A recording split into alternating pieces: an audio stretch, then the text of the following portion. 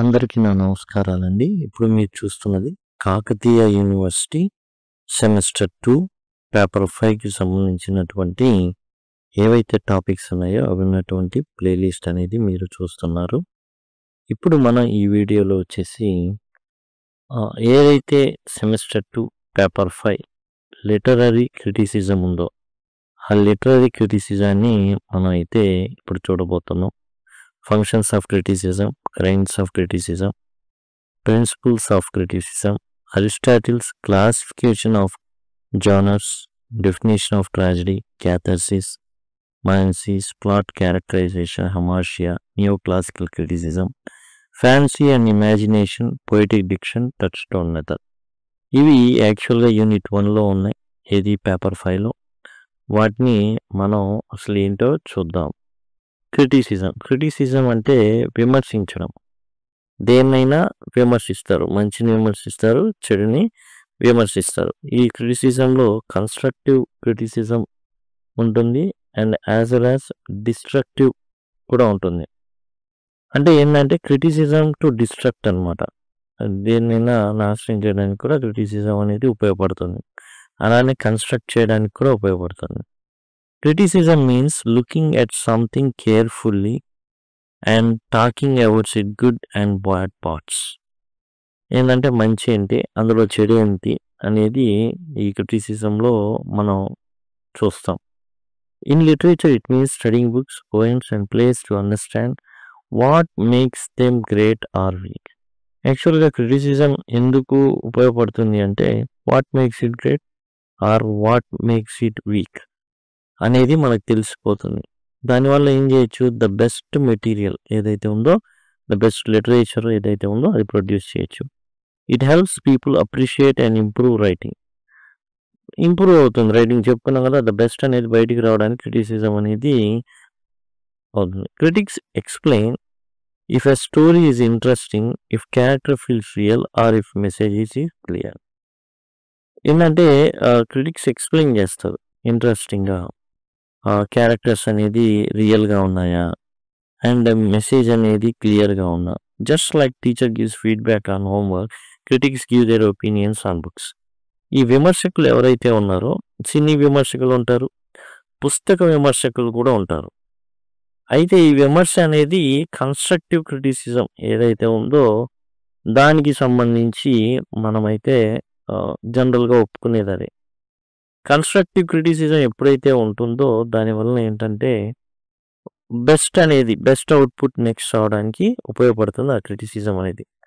Functions of criticism, ఇప్పుడు criticise చేయాలి.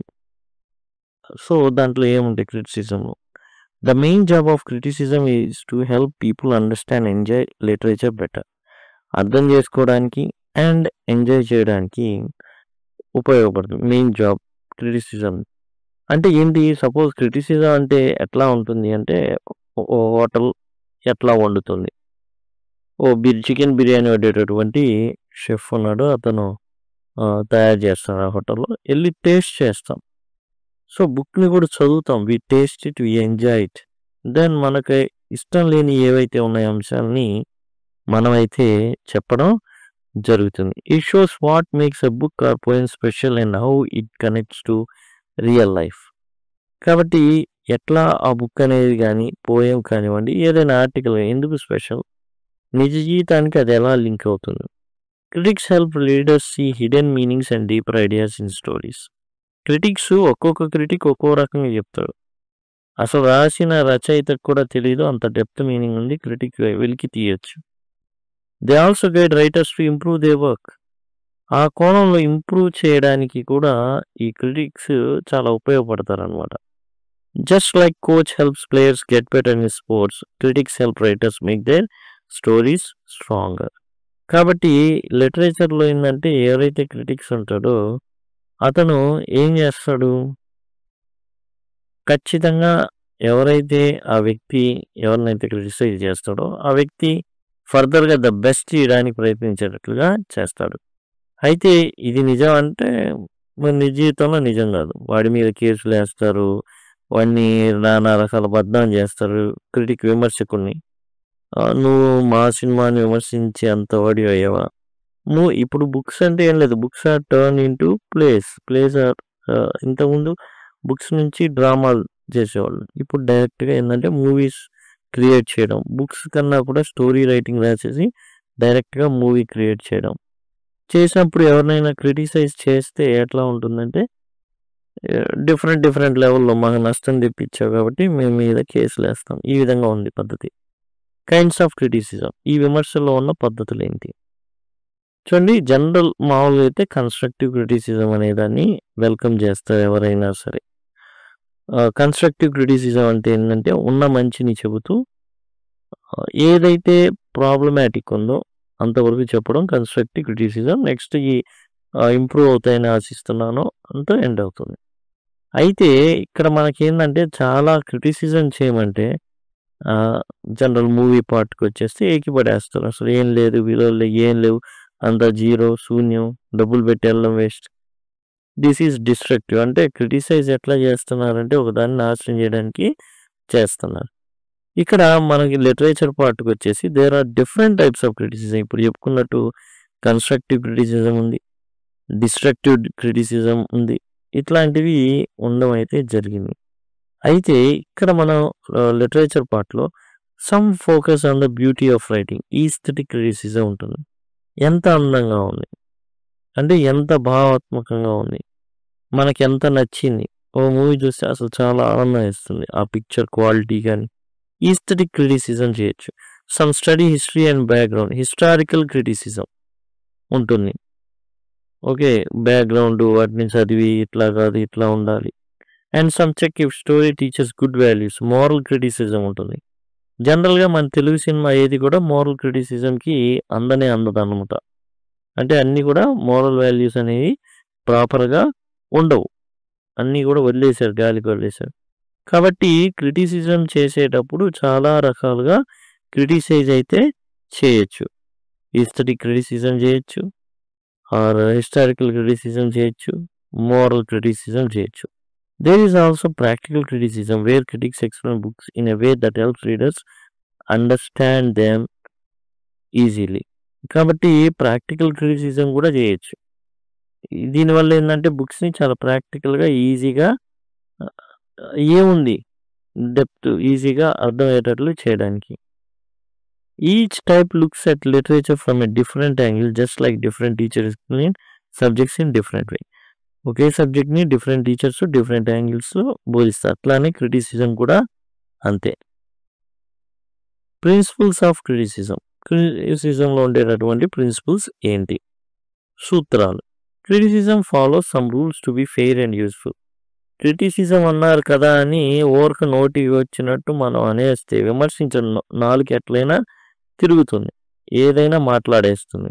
మంచిని కూడా చెడు చేస్తుంది, చెడుని కూడా మంచిగా ఉండేటట్టుగా మాట్లాడేసిద్ది నాలుక అనేది. కాబట్టి డబ్బులు ఇస్తే ఒకలాగా క్రిటిసిజం ఉంటుంది, డబ్బులు ఇవ్వకపోతే ఇంకోలాగా ఉంటుంది క్రిటిసిజం. అయితే కొన్ని ప్రిన్సిపల్స్ ఉంటాయి. It should be honest. జెన్యూన్‌గా ఉండాలి చేసే criticism. Meaning the critic should say what they truly feel. చూసినప్పుడు ఓ మూవీ చూశారనుకోండి, లేదా ఓ బుక్ చదివారనుకోండి, ఏం ఫీల్ అయ్యారనేది క్లియర్‌గా మనం కరెక్ట్‌గా చెప్పగలగాలి. ఉన్న భావావేశం ఏది ఉత్పన్నమైందో చూసినప్పుడు దాన్ని ఇవ్వాల్సి ఉంటుంది.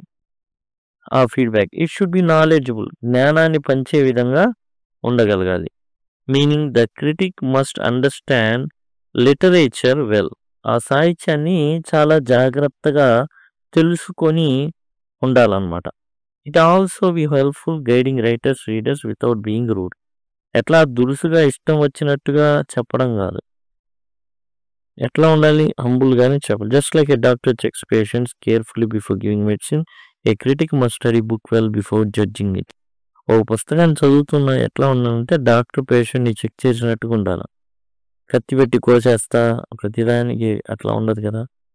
ఏది చెక్ చేసి ఏది ఎంతవరకు ఎలా వాడాలి మెడిసిన్ అది ఉంటుంది. కాబట్టి ఇవి ప్రిన్సిపల్స్ ఆఫ్ ది క్రిటిసిజం. ఇందులో ఏంటంటే ఆనెస్టీ ఉండాలి, నాలెడ్జబుల్ అయి ఉండాలి పర్సన్ ఎవరైతే ఇస్తున్నారో క్రిటిసిజం అనేది. And it should be helpful. How doctor checks patients and critic కూడా అట్లా చెక్ చేయాలి ఆ బుక్ కానీ ఏదైతే వర్క్ ఉందో దాన్ని. అరిస్టాటిల్స్ క్లాసిఫికేషన్ ఆఫ్ జానర్స్. ఇప్పుడు మనం చాలా జానర్స్ తెచ్చుకున్నాం. రకరకాల జానర్స్ అంటే ఇప్పుడు రొమాంటిక్ అని, సైంటిఫిక్ ఫిక్షన్ అని, తర్వాత కామెడీ అని, ట్రాజెడీ అని, ట్రాజిక్ కామెడీ అని ఇట్లాంటివి రకరకాలుగా మనం అయితే సినిమాలు చూస్తూ ఉంటాం. రొమాంటిక్ కామెడీ అని ఇట్లాంటి రకరకాలు. అయితే అరిస్టాటిల్ ఆ కాలంలో మెయిన్ జానర్స్ ఏం చెప్పాడంటే ఏ గ్రీక్ థింకర్ ఈయన divided literature into different types or genres. రకరకాల జానర్స్లోకి విభాగాల్లోకి. He said there are 3 main kinds. అంటే మెయిన్గా ఉన్నవి 3 రకాలు. ఒకటి ఎపిక్ పోయట్రీ, అంటే long stories about heroes and myths అన్నమాట. అంటే ఎవరో ఒకళ్ళు పెద్దోళ్ళు చెప్తారు, తాత ముత్తాతలు వాళ్ళు లేకపోతే నాయనమ్మలు అమ్మమ్మలు కథలు చెప్తా ఉంటారు. చాలా పెద్ద పెద్ద కథలు, పేదరాశి పెద్దమ్మ కథ, అది ఆగదు, సాగిపోతూ ఉంటుంది ఆ కథ అనేది. అవన్నీ కూడా ఎపిక్ అనమాట. ఇవన్నీ ఒకప్పుడు పోయిటరీగా రాయబడి ఉండేవి.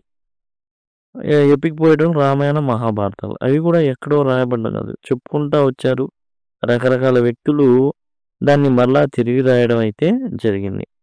ట్రాజెడీ, దుఃఖాంతం, అంటే చివరిలో ఏం జరుగుతుంది,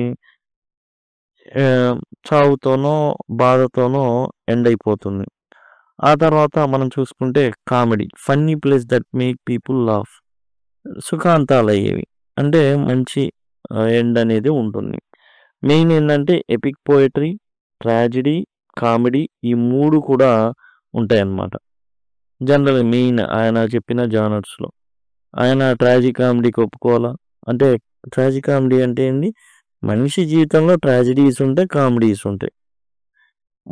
అసలు మనిషి జీవితం డెడ్ ఎండ్ ఒకటే ఉంటుంది, చావుతో ఎండ్ అవుతుంది, ప్రతి ఒక్కడికి ఉంటుంది. కానీ ప్రతి ఒక్కడు చావు లేనట్టుగానే బ్రతుకుతూ ఉంటారు. సో ట్రాజెడీ అనేది ఉంటుంది మనిషి దాంట్లో, కానీ ట్రాజెడీ ఉంటుంది, కామెడీ ఉంటుంది, కానీ దేనికి దానిగా విడిగా చూపించాలి. ఆ రోజుల్లో ఉండేటటువంటి కష్టం అనమాట ఒకేసారి 2 చూపించడం. సో అరిస్టాటిల్ ఏం చేశాడంటే ఉంటే కామెడీగానే ఉండాలా, లేదా ట్రాజెడీ అయినా ఉండాలా అనేసి చెప్పడం అయితే జరిగింది. ఇక ఎపిక్ పోయట్రీ అనేది పెద్ద పోయం, దరిదాపు జీవితాలు చదవాలంటే అంత పెద్ద గ్రంథాలు ఉంటాయి. ఎవరో ఒకళ్ళు రాస్తుంటారు అనమాట. మిల్టన్ ప్యారడైజ్ లాస్ట్ రాశాడు. అట్లాంటివి కొన్ని ఎపిక్ పోయట్రీస్, బేవుల్ఫ్ అని ఎపిక్ పోయట్రీ ఉండేది ఇంగ్లీష్లో. ఇట్లాంటివి గ్రీక్లో వచ్చేది కొన్ని ఉన్నాయన్నమాట. ఇది రామాయణ మహాభారతాలాగే గ్రీక్లో కూడా ఉంటాయి. This helps people understand what kind of story they are reading or watching, just like knowing a movie is a cartoon, action or drama. కాబట్టి ముందుగానే డిసైడ్ అయిపోతాం, ఓ ఇది ట్రాజెడీయా, ఇది కామెడీయా అనేసి. కాబట్టి ఒకటే ఒక జానర్లో ఉంచుకోవాలి, కలపకూడదన్నారు. కానీ తర్వాత మనం అన్నీ కూడా కలపడం అయితే జరిగింది. Definition of tragedy. ట్రాజెడీ అంటే ఏంది, దుఃఖంతో అంతమయ్యేటటువంటిది. A tragedy is a type of play or story that shows a serious problem and usual ends sadly. దుఃఖాంతం, ఓకే, సుఖాంతం అంటే హ్యాపీ ఎండింగ్ అనమాట, దుఃఖాంతం అంటే sad ending. Aristotle said a tragedy should have a great hero who makes a mistake and faces terrible downfall. ఇప్పుడు ఈ ట్రాజడీలో ఏంటంటే Aristotle ఏం చెప్తాడంటే గ్రేట్ హీరో ఉంటాడు, కానీ చిన్న ఫ్లా ఉంటుంది ఇతను, దాన్నే ట్రాజిక్ ఫ్లా అంటారు. అంటే మంచి బలాఢ్యుడైన హీరో, అన్నీ ఉన్నాయి, పేరు ప్రతిష్ట అన్నీ ఉన్నాయి, కానీ జస్ట్ అనుమానం ఉంది. ఆ అనుమానంతో ఎలా జీవితాన్ని నాశనం చేసుకున్నాడు. పెద్ద గ్రేట్ హీరో, కూతుళ్ళంటే చాలా ఇష్టం, ప్రేమ, అది ట్రాజిక్ ఫ్లా, ఎట్లా జీవితాన్ని నాశనం చేసుకున్నాడు. ఈ విధంగా రాయడం అయితే జరిగిందనమాట. షేక్స్పియర్ మనం గమనిస్తే అవి ఉంటాయి. ఒత్తిడిలో భార్య మీద అనుమానంతో చంపేస్తాడు, అండ్ అన్నీ ఉన్నాయి అతనికి, చాలా ధైర్యవంతుడు, ఎన్నో సాహసాలు చేశాడు. కానీ ఇయాగోకున్నటువంటి అసూయ ఏదైతే ఉందో అది ఏం చేస్తుందంటే వాళ్ళ జీవితాన్ని నాశనం చేస్తుంది. The story makes people feel deep emotions like sadness and fear. అందులో ఏంటంటే ఎవరైతే చదువుతున్నారో వాళ్ళు బాధకి లోనవుతారు, భయానికి లోనవుతారు. But also it teachers lessons about life. జీవితం అంటే ఏందో కూడా నేర్పిస్తుంది. Famous tragedies include Shakespeare Hamlet, where the main character's mistakes lead to his downfall. Hamlet ఉన్నాడు, ఫాదర్ని చంపేశాడు.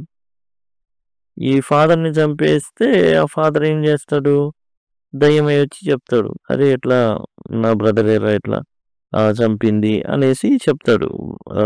ఇతను చెప్పినప్పుడు ఇతను ఏం చేస్తాడు, అరే ఇదేంది నిజంగా దయ్యమేనా లేకపోతే ఎవరైనా ఆత్మ వచ్చి నన్ను కన్ఫ్యూజ్ చేస్తుందా, కాబట్టి ఏం చేయాలని డిలే చేసుకుంటూ పోతాడు. సరే ఒకసారి డిసైడ్ అయిపోతాడు, అయిపోయి చంపుదాం అనుకొని వెళ్ళంగానే ఇతను ఎవరైతే వాళ్ళ ఫాదర్ని చంపిన వాడు ప్రేయర్ చేస్తుంటాడు.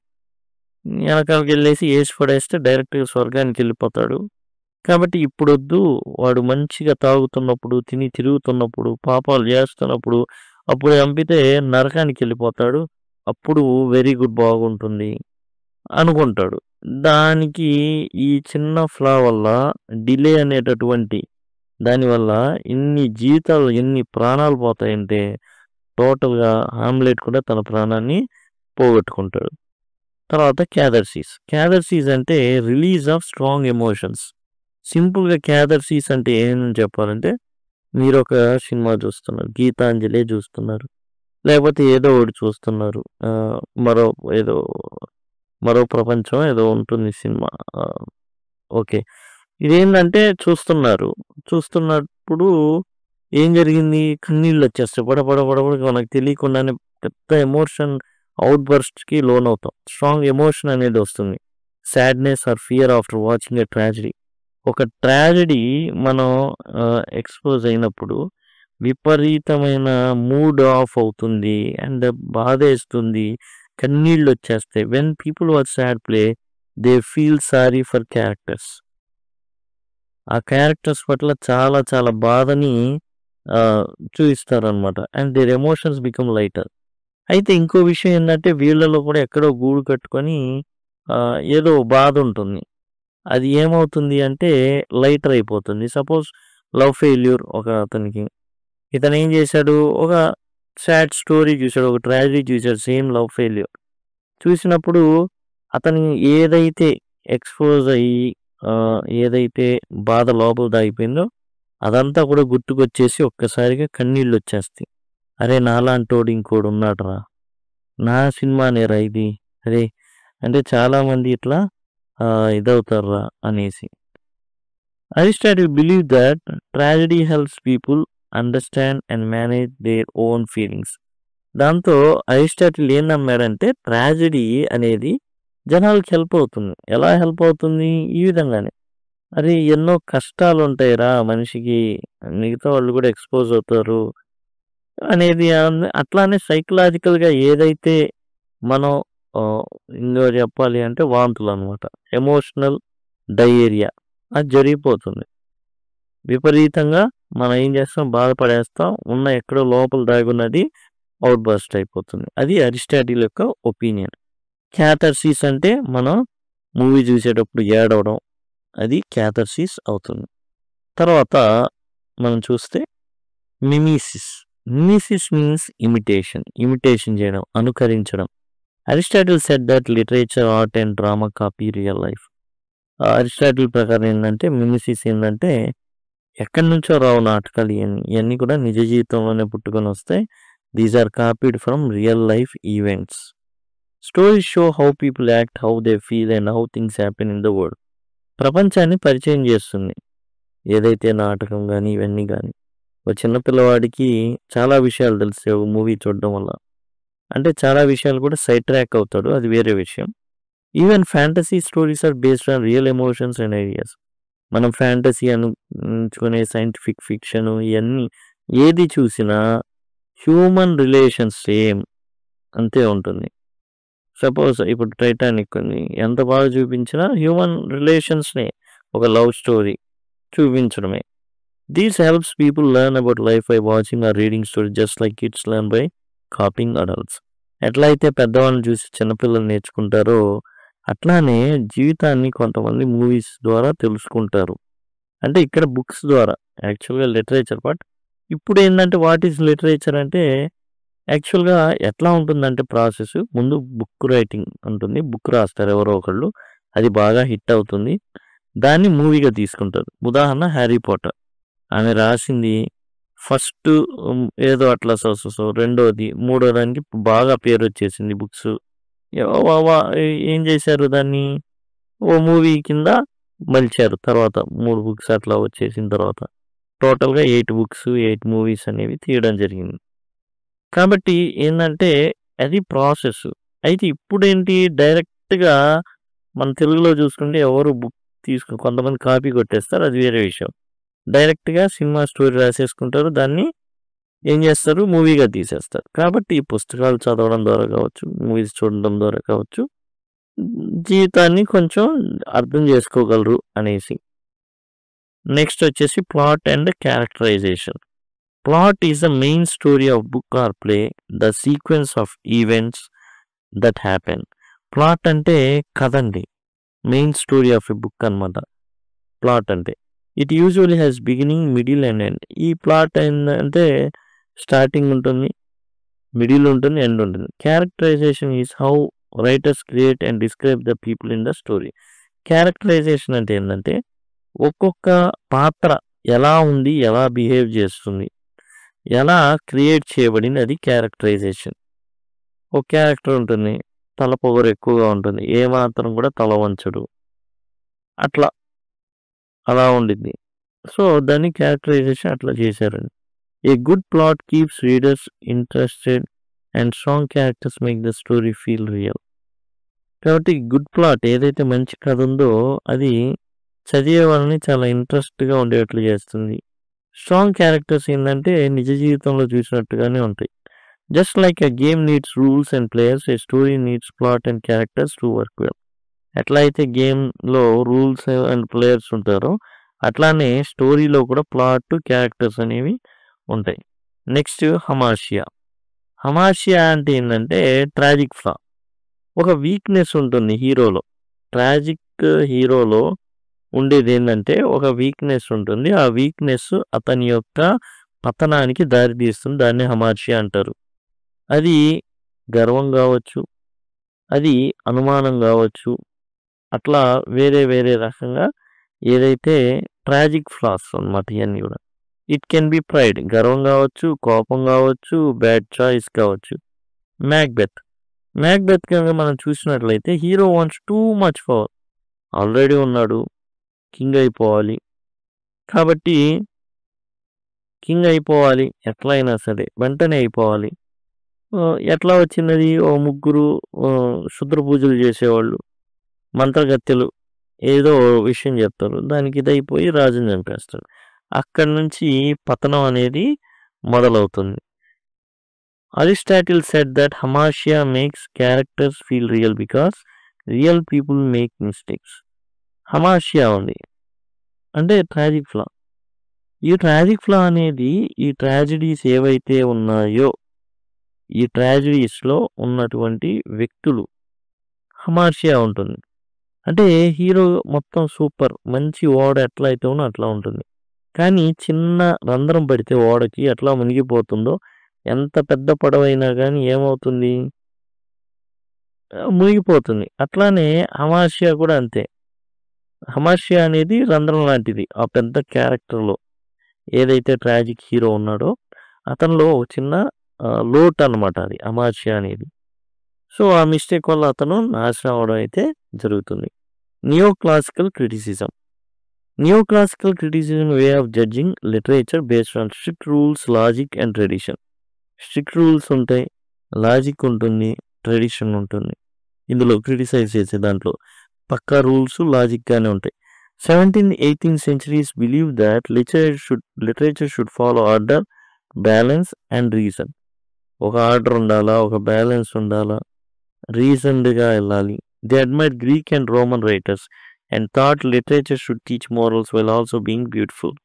కాబట్టి గ్రీక్ అండ్ రోమన్ రైటర్స్ ఏం భావించారంటే లిటరేచర్ అనేది మంచి నైతిక విలువల్ని పెంపొందించేటట్టు ఉండాలి. మనం ఒక స్టోరీ రాసామంటే మంచి నైతిక విలువల్లో ఉండాలి. కానీ ఇక్కడ మనం జనరల్‌గా నైతిక విలువలే ఉండవు సినిమాకి. మామూలుగా ఒకప్పుడు ఏదైతే గ్రీక్, రోమన్ ఉన్నానో మంచి నైతిక విలువలైతే ఉండాలి అనేది rule. It's following a recipe to bake perfect cake rules help make literature great. కాబట్టి ఆ రూల్సు, లాజిక్కు, ట్రెడిషన్ ఏదైతే ఉందో ఆ పందాలో క్రిటిసిజం నియో క్లాసికల్ క్రిటిసిజం అనమాట. ప్రతి దానికి ఏందంటే ఒక రూల్ ఉంటుంది. దాన్ని బట్టే వెళ్ళాలి. దాన్ని బట్టే కొలత చూస్తే గనక పాతకాలం ఏదైతే ఉందో దాన్ని తీసుకొని నియో క్లాసికల్ క్రిటిసిజం. క్లాసికల్ అంటే పాతదండి. నియో అంటే కొత్తది. పాతదాన్నే కొత్తదిగా తీసుకొచ్చి మరలా అదే చేయడం. ఎవరి దగ్గర ఉంది ఈ క్లాసికల్ అంటే గ్రీక్ అండ్ రోమన్‌లో ఉన్నాయి. ఎవరు రాశారు ఇవన్నీ అంటే అరిస్టాటిల్ లాంటి వ్యక్తులు రాయడం అయితే జరిగింది. తర్వాత fancy and imagination. S T Coleridge a poet said that fancy and imagine are different. Fancy గాని, ఇమాజినేషన్ గాని చాలా డిఫరెంట్ అండి. Fancy means simply remembering or copying things like a drawing picture or tree exactly as it is. Fancy అంటే as it ఈస్‌గా copy కొట్టడం అండి. Imagination is more creative. Imagination ఉందనుకోండి అది మోర్ క్రియేటివ్. కొంచెం యాడ్ చేయడం. సపోజ్ చెట్టు కాకుండా దాని మీద చిలకలు కూర్చున్నట్టు, పక్షులు కూర్చున్నట్టు, లేకపోతే ఓ పులి ఎక్కినట్టు అట్లా. It takes ideas changes them into something new like drawing a magical tree with glowing leaves. ఓ చెట్టుని చూసిన వాడు చెట్టులా గీసేస్తే అది ఫ్యాన్సీ. అట్లా కాకుండా ఇమాజినేషన్ ఉపయోగిస్తే ఆ మ్యాజికల్ ట్రీ ఏదైతే ఉందో ఆ ఆకులు ఏమవుతున్నాయి వెలుగుతున్నట్టు. Imagination is what makes poetry and stories exciting. ఇక ఏదైతే ఇమాజినేషన్ ఉంటుందో అది చాలా ఎక్సైట్ అయ్యేటట్లు చేస్తుంది. కథలు కానివ్వండి, పోయట్రీ కానివ్వండి. తర్వాత పోయిటిక్ డిక్షన్. పోయిటిక్ డిక్షన్ అంటే ఏంటంటే రాసే తీరు. Poetic diction is a special way poets use words to make their poems beautiful. Poetic diction వాడడం వల్ల ఏం జరుగుతుంది అంటే రాసే శైలి ఏదైతే ఉందో అది చాలా అద్భుతంగా కనబడుతుంది. In old times poets use fancy and difficult words but words were set poetry should use simple everyday language so everyone can understand it. చూడండి పోయిటిక్ డిక్షన్ అంటే రాసే పదాల తీరు ఎట్లా ఉంటుందనేసి. యాక్చువల్‌గా మనకు అంతకుముందు అయితే చాలా కష్టంగా ఉండేది. మన పద్యాలు కూడా అంత ఇప్పుడు 'భూమి సురుడంబర చుంబి సరజ్జరి ముహుర' ఇట్లా ఉంటుంది పద్యం అంటే, పోయెమ్ అంటే. 'అటజని కాంచె భూమి సురుడంబర చుంబి' అనేసి అట్లా ఉంటుంది. ఏం అర్థం కాదు. యాక్చువల్‌గా వీళ్ళు రాసేటప్పుడు అండ్ చాలా అర్థం కాకుండా ఉండేది. ముఖ్యంగా మెటఫిజికల్ పోయెట్స్ అయితే అసలు చదువుకునే వాళ్ళు కూడా డిగ్రీ, పీజీ అట్లా అయినా గానీ అర్థం అవ్వదు. ఎందుకు అవ్వదు అంటే వాళ్ళ ఓన్ టర్మినాలజీ కానివ్వండి, వాళ్ళ ఓన్ థాట్ ప్రాసెస్ అనేది చాలా చాలా డిఫికల్ట్‌గా ఉండేది. అయితే వర్డ్స్‌వర్త్ ఏం చేశాడంటే pure imagination and love for nature వాడడం. అంటే సింపుల్‌గా ఉండేది. కానీ చాలా వింతగా అనిపించేది. పక్షి మీద ఎళ్ళిపోతా నేను. పక్షిని ఎక్కి ఎళ్ళిపోతా. సుదూర ప్రాంతాలకు వెళ్ళిపోతా. అర్థమైద్ది అందరికి. బాగుంటుంది. అరే! పక్షి మీద ఎగిరి ఎళ్ళిపోతాడంట. ఇట్లా ఉంటుంది. Just like songs use different words to sound nice, poetry uses special words to create deep feelings అది. పోయట్రీలో డీప్ ఫీలింగ్ క్రియేట్ చేయడానికి రకరకాల పదాలనైతే వాడతారు. పోయెటిక్ డిక్షన్ అంటే పోయెట్ వాడేటటువంటి difficult and different words. Difficult కాదు గానీ డిఫరెంట్ ఒక స్టైల్ ఉంటుంది. ఒక్కొక్కళ్ళకి ఒక స్టైల్ ఉంటుంది. దాన్ని పోయెటిక్ డిక్షన్ అంటారు. తర్వాత touchstone method. Touchstone method అంటే గీటు రాయి విధానం. మాథ్యూ ఆర్నాల్డ్ తీసుకురావడం జరిగింది ఈ టచ్ స్టోన్ మెథడ్‌ని. Is a way to judge literature by comparing it with great works from the past. గతంలో ఎవరైతే హోమర్ కానివ్వండి ఇట్లాంటి కొంతమంది రాశారు కదా! డాంటే, హోమరు, షేక్స్‌పియరు ఎవరైతే రాశారో వాళ్ళని పోయెమ్స్ ఏవైతే ఉన్నాయో వాటిని కొలమానంగా తీసుకొని వాటిలో ఉన్నటువంటి ఏదైతే ఫార్మ్ ఉంటుందో వాళ్ళు ట్రెడిషన్స్ ఫాలో అయ్యారో, రూల్స్ ఫాలో అయ్యారో టోటల్‌గా వాటిని బేస్ చేసుకొని కొత్త వాటిని టెస్ట్ చేయడం అనమాట. అంటే బంగారాన్ని బంగారంతో టెస్ట్ చేయడం. ఆర్కిమిడీస్ యురేకా అన్నట్టుగా మేలిమి బంగారాన్ని రాజుకి డౌట్ వచ్చింది. ఏమని? ఇది మేలిమి బంగారంతో చేశారా లేదా ఈ కిరీటం? సపోజ్ 5 కేజీలతో చేశారు. మేలిమి బంగారం వాడారా? లేదా దొంగ బంగారం వాడారా? అని నాకు డౌట్‌గా ఉంది. కాబట్టి అప్పుడు ఏం చేశాడు ఆర్కిమిడీస్? స్నానం చేస్తూ తొట్టెలో దిగంగానే ఐడియా వచ్చింది.